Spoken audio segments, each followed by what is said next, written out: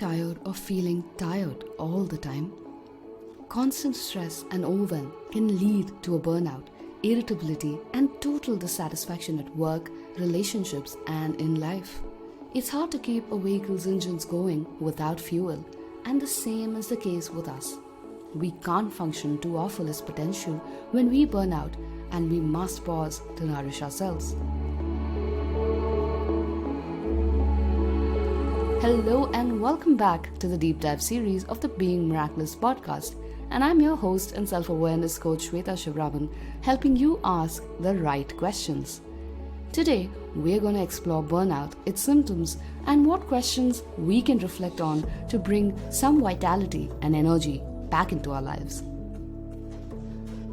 Burnout is nothing but exceeding our ability to cope with certain activity in our lives. And this includes both physical and mental activity. Say you're working 18-hour workdays for long periods. Or if your work is 8 hours or less, but you feel you're not supported by your colleagues or mentally detested and are hating it the whole time, both are examples of a burnout. While it's commonly attributed as a work-related phenomena, it can also come from having endless arguments in a relationship, or caregiving for a loved one with a terminal illness, or any other prolonged or excessive stress-inducing situations. However, unlike stressful situations where you're constantly doing, when you feel burnout, you're constantly disengaging and feel no motivation or urge to take control of the situation. The biggest challenge with a burnout is that we don't realize it until it's quite late. So here are some signs that you are on the verge or are already experiencing some burnout. 1. You have no motivation to do anything. 2. Excessive irritability. 3. Inability to be present in other relationships with family or loved ones. 4. Insomnia. 5. Constant lack of energy. Or 6. Emotionally vulnerable, always on the edge. If you're seeing these signs or indications in your life, here are some questions you can reflect on. 1. What is the source of this burnout? Often, when one thing goes wrong, a lot of other aspects of our life get impacted as well.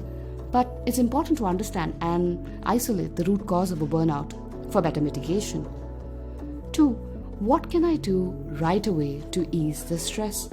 Can you deprioritize some work streams or delegate certain things? Or can you have an open conversation with a spouse to help you buy time to pause, reflect, and recover before the crash of a burnout? 3. Who can I speak to about this?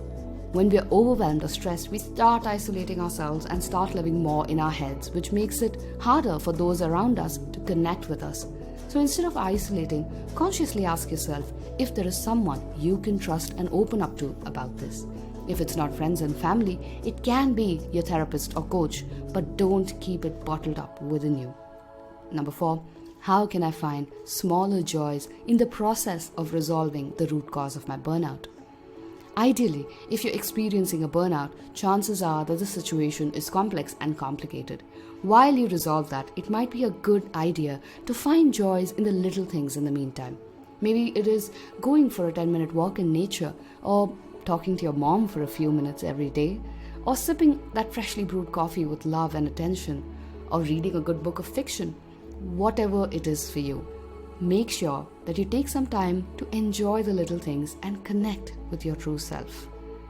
Deep dive on these aspects the next time you feel close to a burnout and find answers within. If you'd like more one-on-one support with me as your coach, reach out to me for a 30-minute discovery session and let's explore if self-awareness coaching can help you find that balance and thrive across life situations.